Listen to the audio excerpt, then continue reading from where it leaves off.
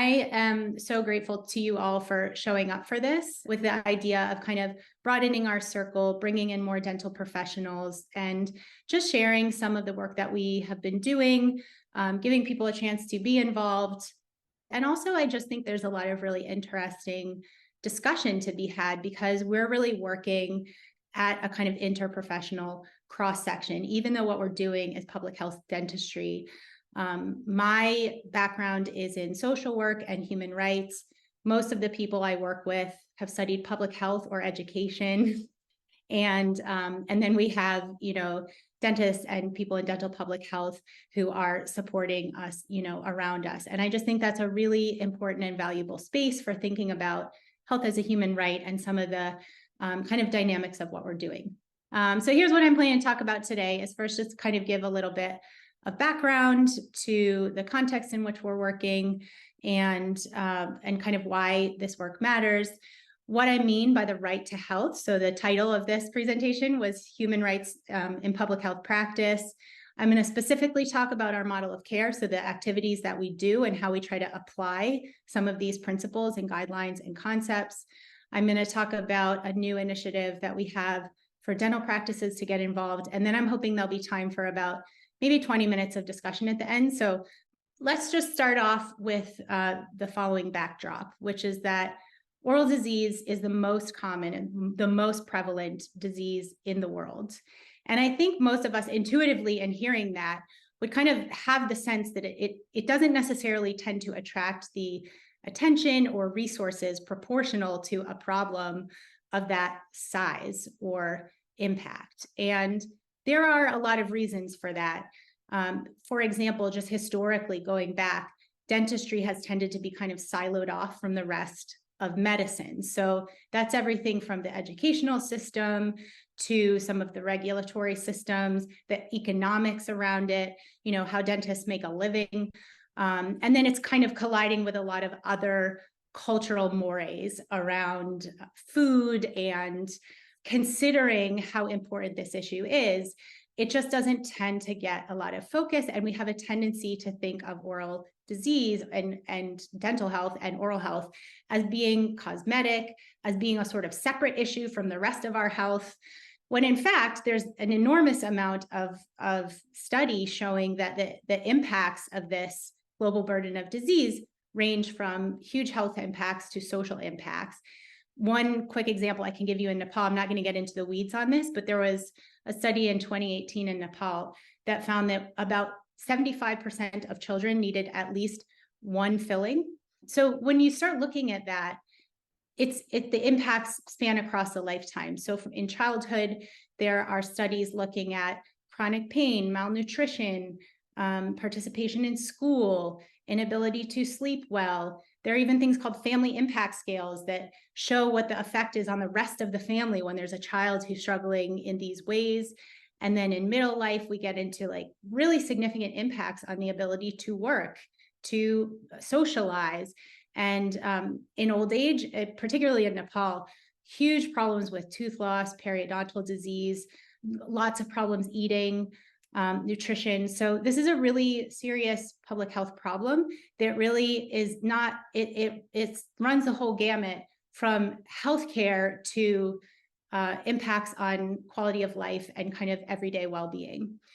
So in that context, and in the sort of vacuum that tends to exist around addressing this problem, one of the more common things that we see, particularly for marginalized and underserved communities, is the dental camp. And probably everybody is familiar with the dental camp, would have an idea what I'm talking about when I say dental camp.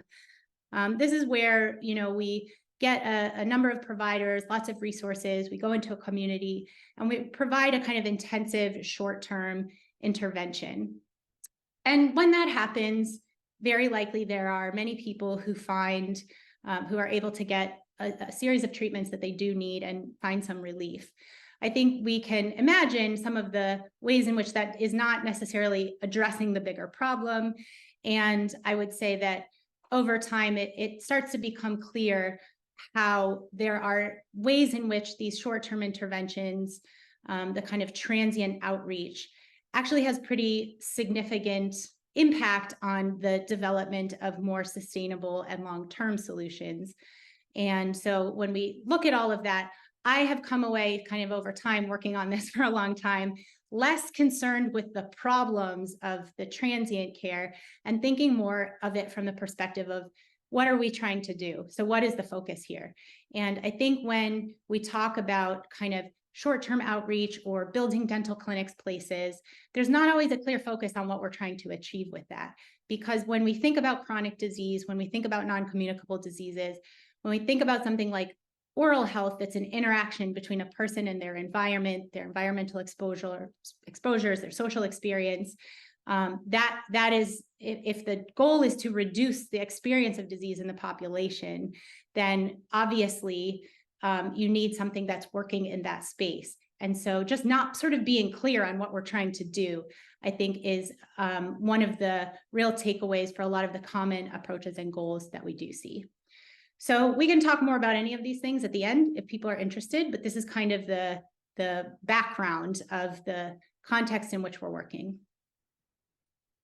So all of that being said, I'm going to kind of confine this into two main pillars as far as how Jevaia Oral Health Care works. The first is public health. Public health, just very simply, is thinking about reduction of disease at population level, using the science, using the epidemiology to deliver evidence-based interventions. And then because we're talking about kind of population level and the public, we're obviously going to be concerned with the efficient and sustainable use of resources. So as a philosophy or as a kind of guiding objective, the public health mindset is maximizing the common benefit and then being able to like measure and say how you, what the benefit was.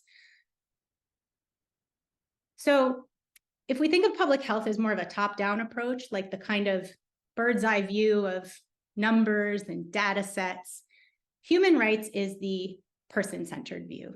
What is this like for the individual who's participating in this system?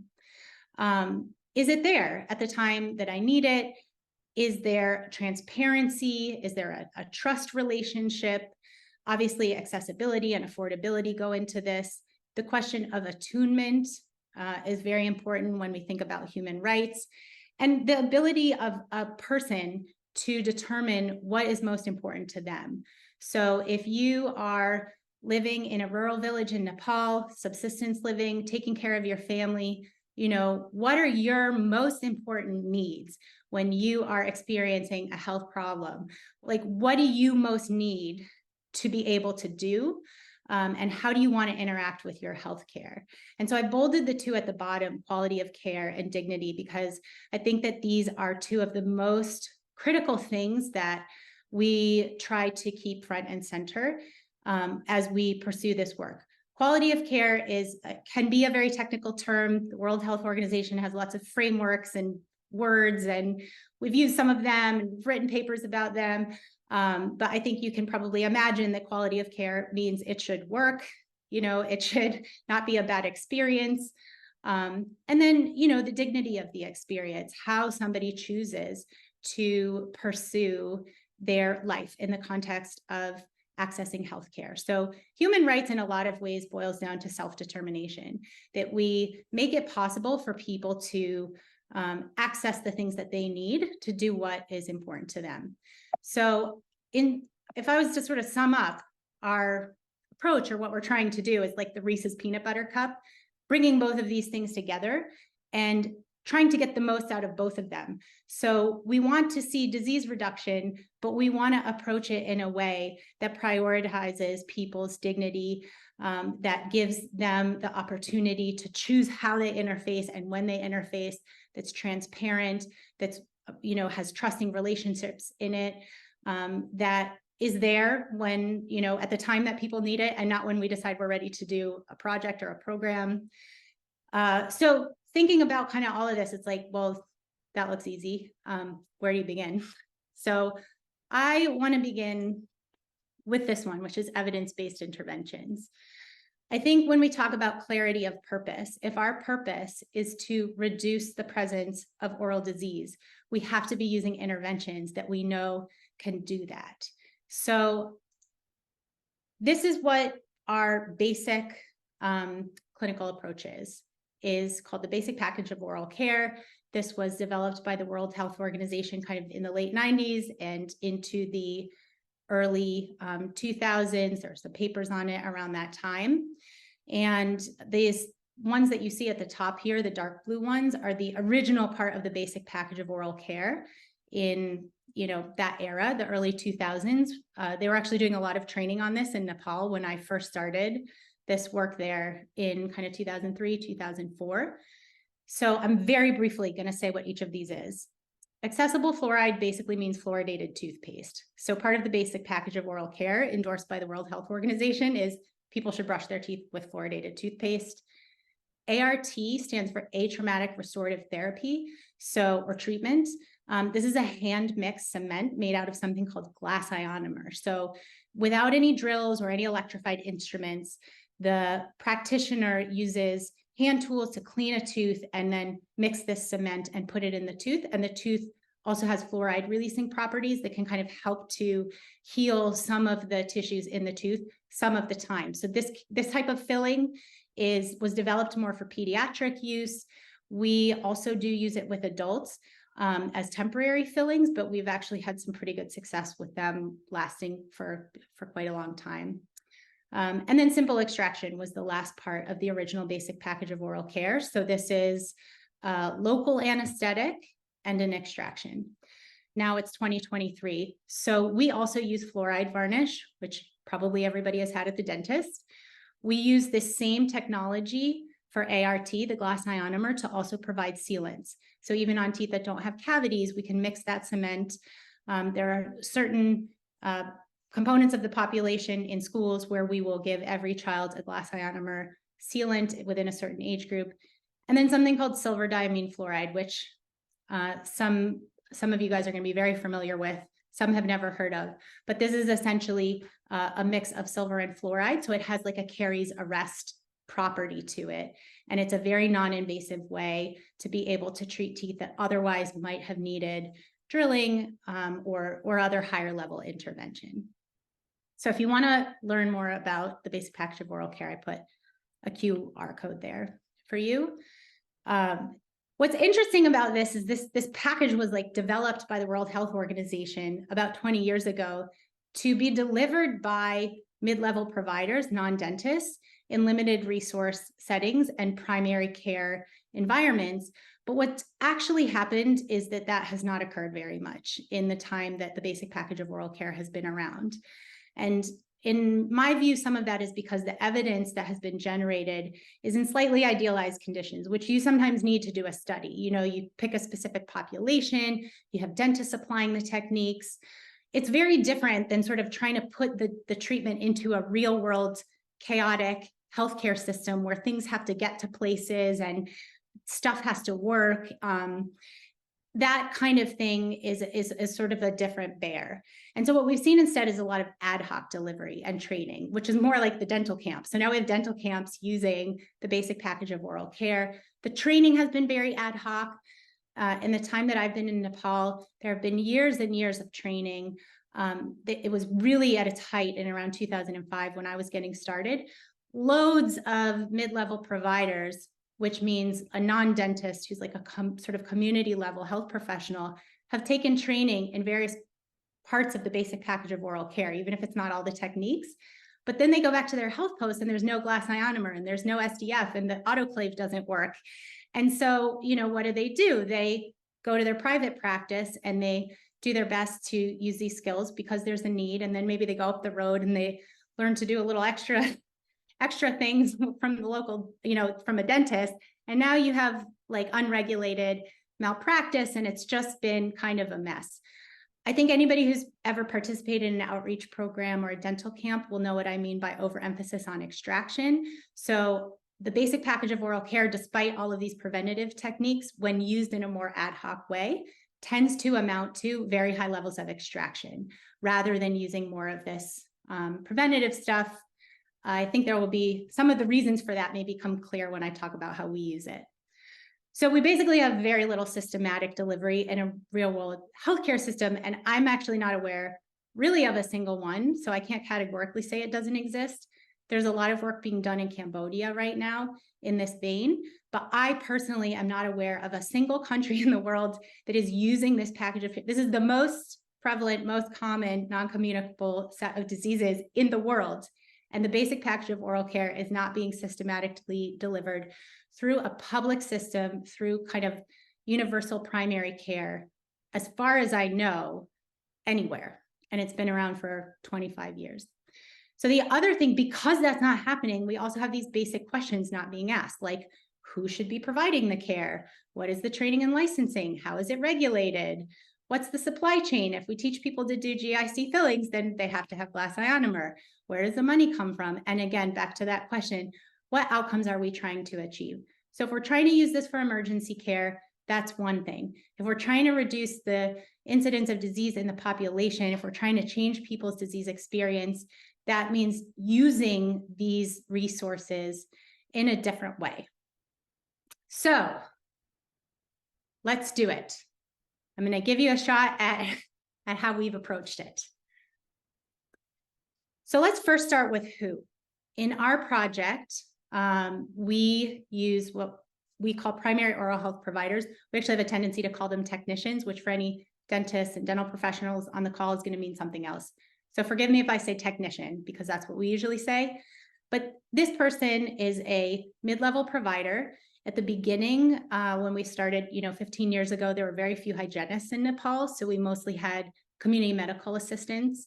But now there are a lot of our dental technicians or POHPs are dental hygienists, but then they receive specialized training in the basic package of oral care and in those techniques that I just showed you, even though these are things that theoretically they would already be able to do and already have the scope of practice for from their other training.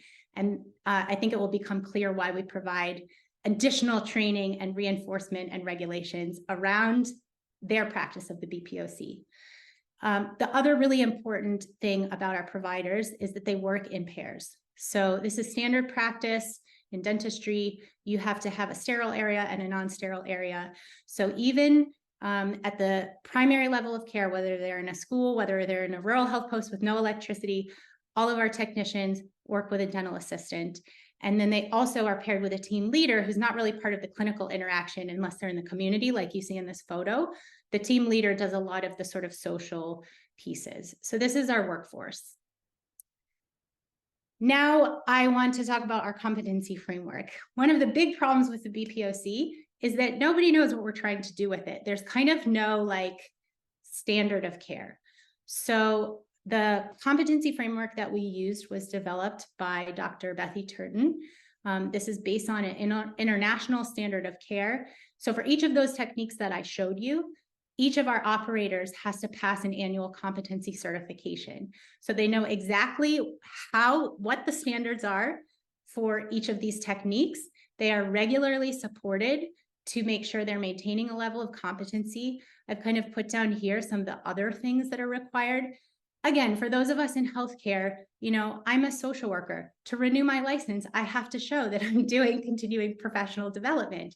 To get my next, level of pass, I have to have a certain number of clinical hours. So we support these providers to have those same opportunities to make sure that their professional practice meets a standard of care that brings them into a cohort, that gives them guidance. And the QR code that I put here is for a paper that we wrote. It's a qualitative study of our technicians talking about their experience of the competency framework. So we didn't have this and it got added in. And they talk about how much this helped them know what they're trying to do, their level of kind of not only confidence, but sort of professional self-confidence and self-respect, the way they felt they were perceived in the community, their connection to other peers who are also delivering this same kind of care was all affected by the introduction of a competency framework, which again is kind of what we expect in healthcare that was not specifically designed to serve marginalized communities. So we bring that in with this as well. So the last piece that I'm going to mention about the workforce that we're using before I get to the activities is the ways that we very intentionally cultivate community. And this is going back to that human rights and quality of care piece. So there's routine supervision from us. We have field coordinators that are out there. There's social interaction, lots of ways in which, our operators are not kind of like working in a vacuum. One of the most critical pieces of those is a twice yearly continuing professional development. So that's where this photo was taken just this past summer. So everybody comes together. We pick a topic that's specific to the use of the basic package of oral care in primary healthcare settings where they work. So I'll give you an example. My favorite one that we've done was focused on the BPOC for older adults, which, reminding you that the BPOC was largely conceptualized for little kids. And we talked about things like tooth loss and how these different clinical procedures can be combined with very specific types of dialogue and conversation with older people in rural Nepal to be able to slow down, or if you get it early enough, potentially even ward off the loss of their teeth. And it was so much fun. We did our outreach, our field work. We just had all of these, older people there. Some of them came in with their 3 remaining teeth, and just had the most respectful and beautiful interactions with our clinicians. So that's the kind of thing that this CPD is really organized to be targeted to this workforce and the population that they serve. And it's not based on patients in some other setting or providers in some other setting. It's about how do they use the tools that they have to maximum benefit for their service population. We make sure everybody's connected. We have, Telegram groups, we have Facebook group. We really have spent a lot of time on protocols of uniforms, the professional dress, the environment, the way the clinic is set up. All of these things that may be taken for granted when we're doing a camp model or an outreach model are the absolute bread and butter of creating an environment that is professional, respectful, dignified, not only for the patient, but also for the provider, so that they want to do this work, so that they feel like their work matters and that they're valued. We also have, obviously, the data that we collect from our programs, and we've really taken an upward curve in being able to utilize that in really productive ways.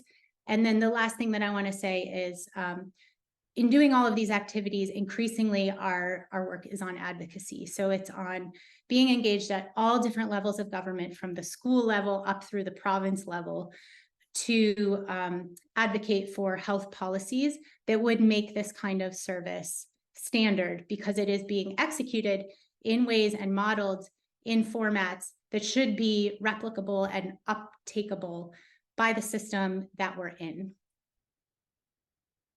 Okay, so those are the people. What do? We have 4 core activities: a weekly health post clinic, school seminars, which is, I'll talk about it in a minute. We have community outreach and our School Smiles program. So I'm going to spend maybe 2-3 minutes on each of these. Health post clinic. So a health post is the primary care center in the government system. So if you live in a village in Nepal, there's going to be one health post for that village. Occasionally, there might be a sub-health post or a PHC, which is a slightly higher level thing. But basically, if you are ill in a village in Nepal, in rural Nepal, unless you have access to a city, your first stop is the health post. So our clinics are inside of the health post, and they provide the basic package of oral care that I described and referral to higher care. So we have agreements with higher care centers, with hospitals that are usually willing to give discounted rates to patients who take a referral ticket, from our program. But it's kind of our program, but it's also sort of the government, because they're inside of a government health center. So the administrative systems are integrated. It took us well over 10 years to get to the point where we could set up in a health post, and all the paperwork and all the people are sort of mushed together into one system.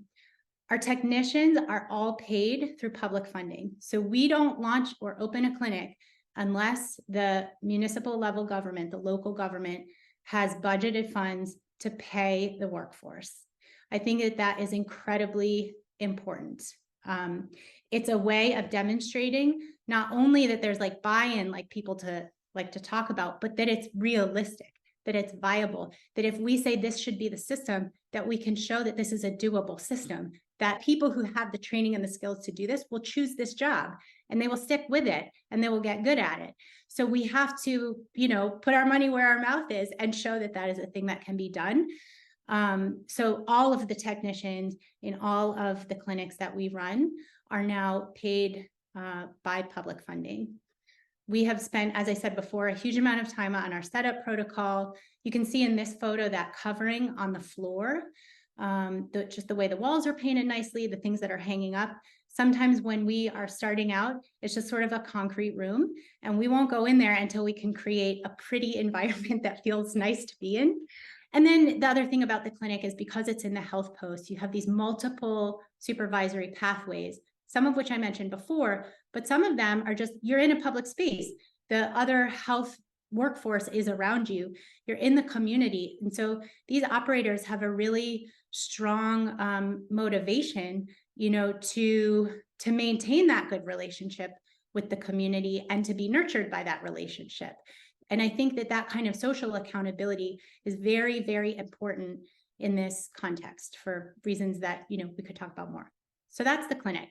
A lot of projects would stop here. Great, we set up a clinic, everything's good, we're done. What happens is people don't really come to the clinic unless they have an emergency. And then you're back at square one doing lots of extractions, and this is not a way. Again, if your goal is public health, if your goal is disease reduction, you cannot do it by just setting up a clinic. And I'm going to show you a little bit of very simple data later that kind of illustrates that. So what else do they do? School-based oral health care.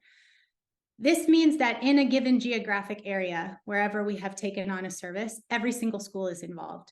So that same technician, the same person who's operating in the government center, systematically goes to each and every school and provides basic oral health service together with their assistant. And this is where the team leader becomes really important in sort of the social aspects of this. We have spent a lot of time developing those aspects of care and dignity for the student. Anybody who's ever been at a child-focused dental outreach program has probably been subjected to a lot of very unpleasant yelling and crying and screaming. We have really worked to minimize that as much as possible to a zero. And part of the reason we can do that is because these operators are part of the community. There's no emergency, we absolutely must give you the fluoride varnish today, or we're never going to have another chance. They can actually just do it next week, or the kid can come to the clinic, or they can, work with the teacher or whatever. So we do a lot of those CPD, those trainings I talked about are focused on this process of interacting with children in a way that sets them up to be engaged with the healthcare system with respect to their oral health, that we're not going to terrify them for the rest of their life of the dentist. And then we have this protocol that we call seminar ABCs, which is around the deployment of the basic package of oral care. So which treatments do you use, how, and in what proportions, and how might you change that if, for example, let's say the school is a 3-hour hike away, do you change your protocol? Or let's say there's an ethnic kind of disparities question and there's a lot of distrust. Do you change your protocol? So that's called our seminars ABCs, and it's really targeted at thinking about the basic package of oral care as it intersects with the social experience and the kind of human experience of the people who are receiving the treatment. The third activity is community outreach. This is a similar thing for adults. So this is just in various community spaces. A lot of times we're working with mothers groups. But what I think is really interesting about community outreach is that this is where you might think of your standard health promotion, like going and explaining to people what a toothbrush is and how to brush their teeth. I'm here to tell you that everybody knows what a toothbrush is and how to brush their teeth. They really don't need to hear it from me or any of my colleagues. That doesn't mean they're using the toothbrush, but it's not because they don't know what it is. So our approach to this is really more about experience sharing. It's about destigmatizing. It's about hey, life is pretty tough. What's your experience of this? What do we know? What do we not know? We talk a lot about the food environment, which I'm going to get to as the fourth activity, as far as kids and toothbrushing and junk food. A really important part of community outreach is telling people that the clinic is in the health post and what the procedures are. Because while people are very aware what toothbrushing is, and a lot of the basics that tend to be repeated at them in oral health education, the critical gaps are around two things. thing number one is there is not as much of an understanding of what fluoride is. So people may not know about the use of fluoridated toothpaste. And that is something that we talk about. And the other thing is just like what dental treatment is. So most people tend to think of dental treatment as being extraction, probably partly because they've mostly interacted with outreach programs that do a lot of extraction. So we talk about, what ART is and what SDF is and why you would use these things so that people know if they go to the clinic, these are the treatments that they can get. And then we do screening in the field so that people will come to the clinic, because otherwise they're only going to schlep over to the health post if they have a problem, that is it causing them discomfort. So the fourth activity is School Smiles. Honestly, I had such a hard time choosing pictures for School Smiles. This program is so much fun. So this is not clinical. We have field staff that are entirely dedicated to school-based toothbrushing and junk food-free schools. And so the way that this works is they provide training for each school in the working area, selects one teacher who's their oral health coordinator. And then as a cohort, the oral health coordinators take a training from us. And then they also systematically interact with these other activities that I've presented. So that same school where we're asking a teacher, we don't pay these teachers. We train them. In the beginning, we provide the toothbrushes and toothpaste, but the rest of it is really like the community getting mobilized. And so part of that is also that we're going to come to the school and provide a clinical service. Part of it is that also the parents are going to interact in a community program where this is sort of starting to permeate the atmosphere, and there's a trust building process that is occurring. And one of my favorite parts of School Smiles is that each quarter we do a competition. So these can be things like poetry competitions. You can see a picture down here of a drama competition. And so what happens is all of the schools will congregate, in one municipality, in one place, and then all of the kids will do plays about oral health or whatever. Or this one up here is from Dosai, and actually it's from Tihar.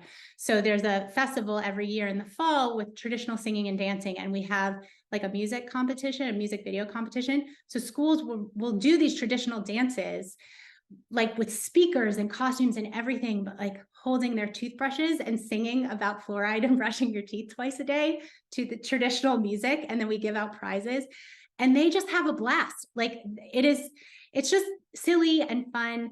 And it brings a kind of camaraderie and social cohesion around what is otherwise the drudgery process of getting a bunch of kids lined up and getting toothpaste everywhere. And the water pipe is broken. And, yeah, it's great that that's good for them. But honestly, any teacher could be forgiven for finding that to be a bit of a drag sometimes. The junk food free school program has two solutions. One is that you can see in this top picture here, a lot of the schools will actually collect budgets from the community to cook snacks at school with traditional foods. A lot of that money can be recouped from funds that students were spending to buy packaged snacks. So we just do these various things to kind of mobilize people to say, instead of sending your kid to school with 20 rupees every day, let's just collect up that money and make healthy snacks. And the other one is a home snack program. So kids can bring snacks to school. So this is School Smiles. This is occurring as it's actually kind of program one. It's the bedrock, and the clinical stuff happens on top of that. So this is our model: 4 activities: the weekly health post clinic, the school-based oral health service, community outreach, and School Smiles. And then of course, on top of all of this, we have the policy advocacy, which, as I said, is led, and in many situations actually frontally led by the people you see in these pictures. So our work at Jevaia is more at the high level. Right now, we're spending a lot of time at the province and sort of going into the federal central level. But when it comes to the community, it's the technician, it's the team leader, it's the teachers, it's the parents who are going and saying hey, this seems really important. We really don't want this program to go away. We want to make sure that the technician is still being paid to come back here next year.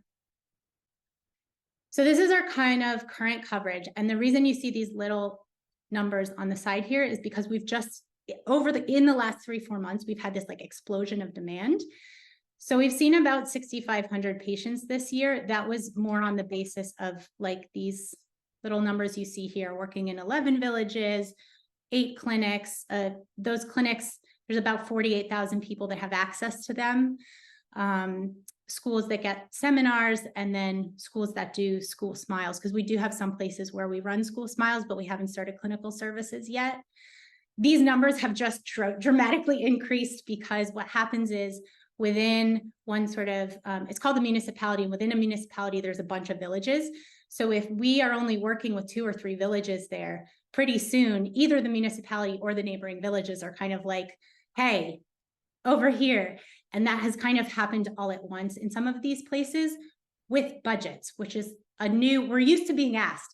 We're not used to necessarily having government bodies coming to us and saying, we've allocated, a couple $1,000, like, can we please spend it on this program? So we're kind of figuring out how to manage all of that. I'm not really going to spend time on Dental Hub today, but we have developed this app, which I'm incredibly excited about, because it sort of quantifies everything I'm talking about in terms of how you collect data, what data you collect, what trends you look at. And we are working, we really hope that the app will be one of the things, like the competency framework, that kind of goes up the global chain to start to buttress basic package of oral care with a sort of intentionality and accountability around service delivery. I want to show you the breakdown of our 6,400 patients this year. So what you see across the bottom are the different treatments that I showed you in the basic package of oral care. So this little bar that we have over here is extractions. This big bar that we have over here is fluoride varnish.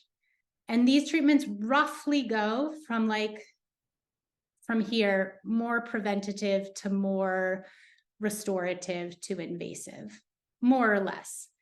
So this curve trend thing that you see is exactly what we would hope to have happening if we have a program that is mainly focused on prevention, assuming that we're giving these treatments to the right people for the right thing.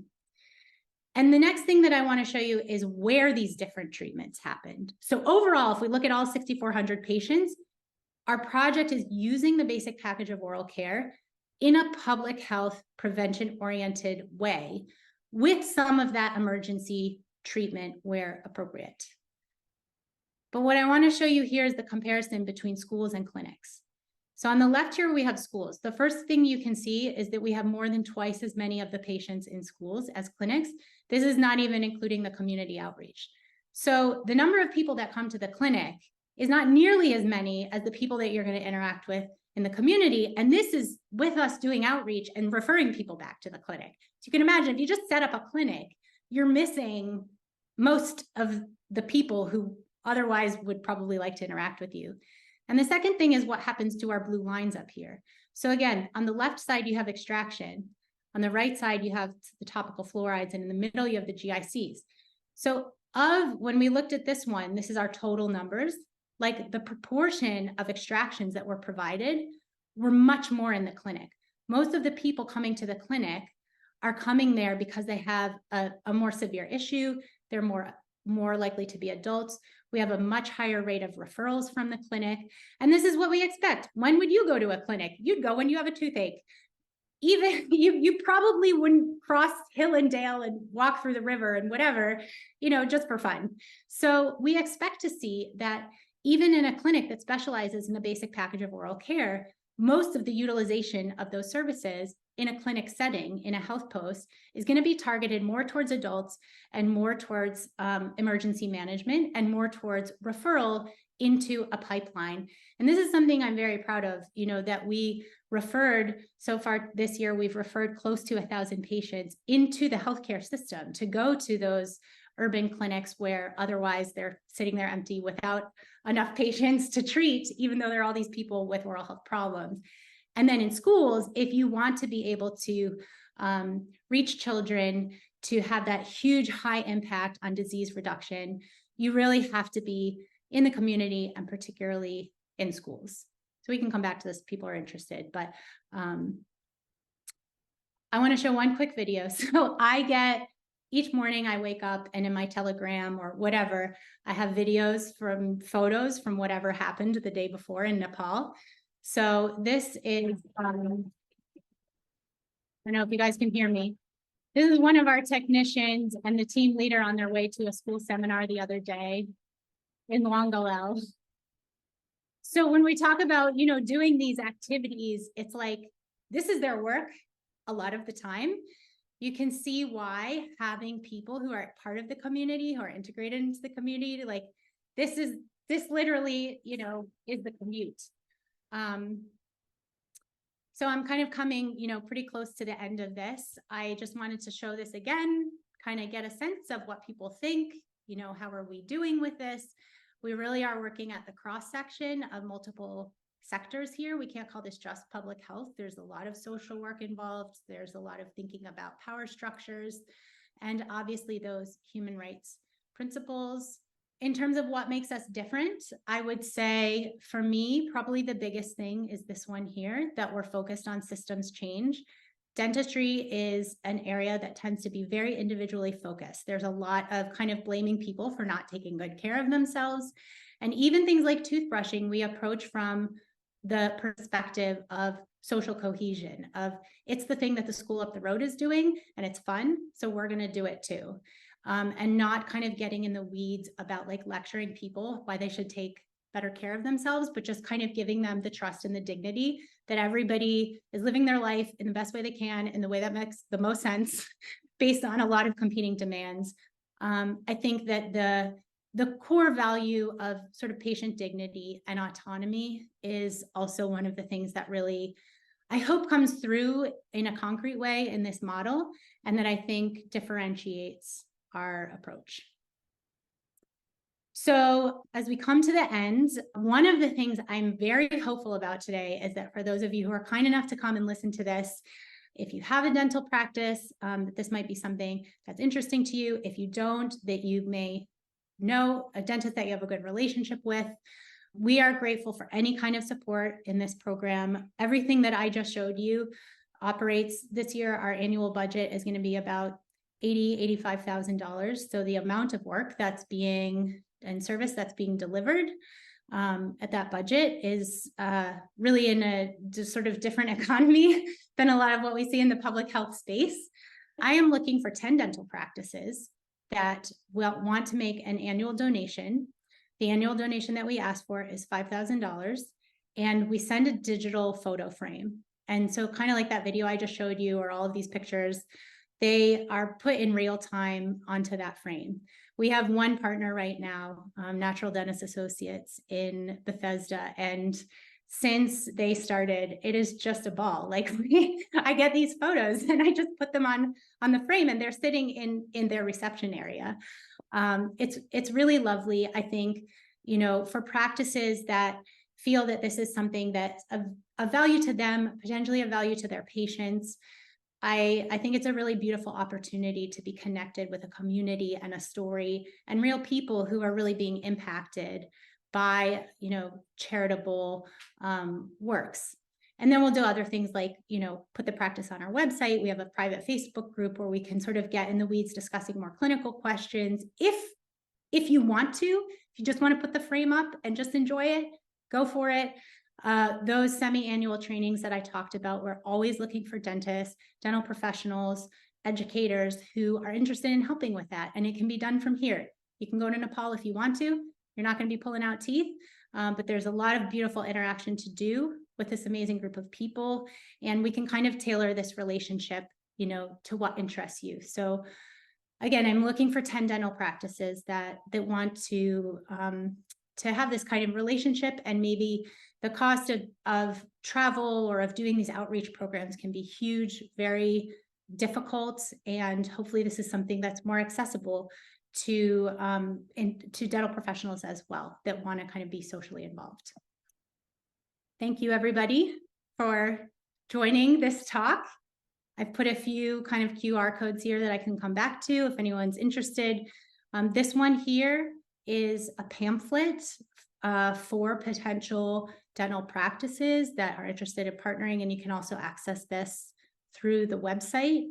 And now I would love to know if people have thoughts, reactions on any of these topics or any others. We have a lot of really interesting, I can see people have joined since we started. So I would love to hear from you guys. And thank you so much for listening to my talk. Actually, Laura, I just absolutely loved that presentation and what you're doing. I mean, you said at one stage that here we are in the dental profession dealing with the number one most prevalent disease that's known to mankind, oral diseases, and it is also the most preventable. So we must start teaching our students the basics of primary prevention. This is the big failure of dentistry all over the world. And I think you've given a beautiful example of how this can be implemented in a really very cost-effective way. If we have any aspiration to achieve universal health coverage, it's packages like this or models like this that are going to work. And that's one of the major challenges is we're now moving. That oral health is now, since May 2021, it's been accepted into that family of non-communicable disease. And therefore, we're sitting at the top table alongside cardiovascular disease, diabetes, obesity, respiratory disorders, and cancers. And they're asking, what does dentistry bring to the table? And what we bring to the table is things like this. We can actually implement primary care, which has benefits well beyond oral health. But the oral health package that you're delivering should be the basics of oral health prevention all over the world in non-communicable diseases. If I had a question, I would just ask, I mean, you do collect the information and you showed your app that you're now going to use for data collection. Is there, since 2005, I think you started out in Nepal, is there evidence of the benefits? Do you look at 5, 10, 15-year-olds and follow them up? Just to be able to provide policymakers and governments with the information and evidence of efficacy? Yeah, it's a really important question. And the answer is we're getting there. It's not the strong suit that we started off with because we were so sort of community oriented. It's taken us a while to join back up with the world of more sort of public health oriented follow-ups and data sets and those kinds of things. We've tended to come from the perspective of other people have figured out some of the obvious stuff, like let's start using it, which I fully agree is not enough. When you start to get into the level of policy making, like you have to be able to quantify some of those differences beyond how much fun people are having dancing with toothbrushes. For us, that's really great.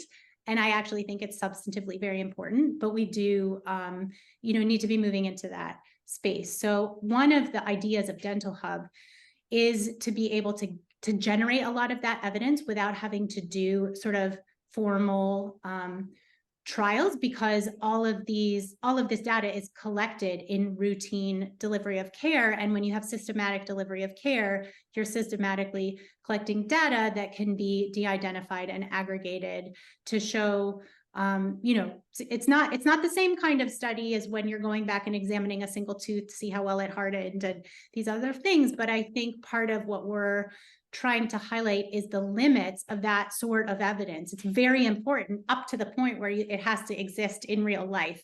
So yeah, I hope that we're getting there. And I think that Dental Hub is going to really be a big jump in that direction. We're like this close. But I also think that there's more of a need for that in our program. And my hope is that, agencies that are better set up for that kind of thing, you know, that Save the Children wants to implement this model and then do that kind of study alongside of it, because they have the funding and the infrastructure. And what we're good at is the things that you've seen, you know, in these photos. But I mean, it's very important. Yeah, beautiful. Thank you. You know, if you have the chance, check on the website. I'll just put this up here again in case anybody wants it, but all of this stuff is on the website. You can download that thing for partners, and that's not the only way to support us. There's, you know, there's lots of different ways to do that. So I would love to hear from any of you as you are drifting off to sleep tonight and you think, you know, this is something that Laura should know. And I welcome those thoughts. So yeah, thank you all so much for coming. I really, really appreciate it. And Laura, thank you. This is Lucia.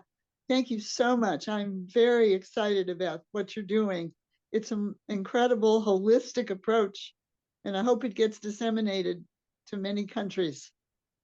Thank you. Yeah, thanks. Okay, everybody. Thanks so much and have a great weekend. You too, Laura. Thank you, Laura. Okay, Very bye-bye, informative. everybody.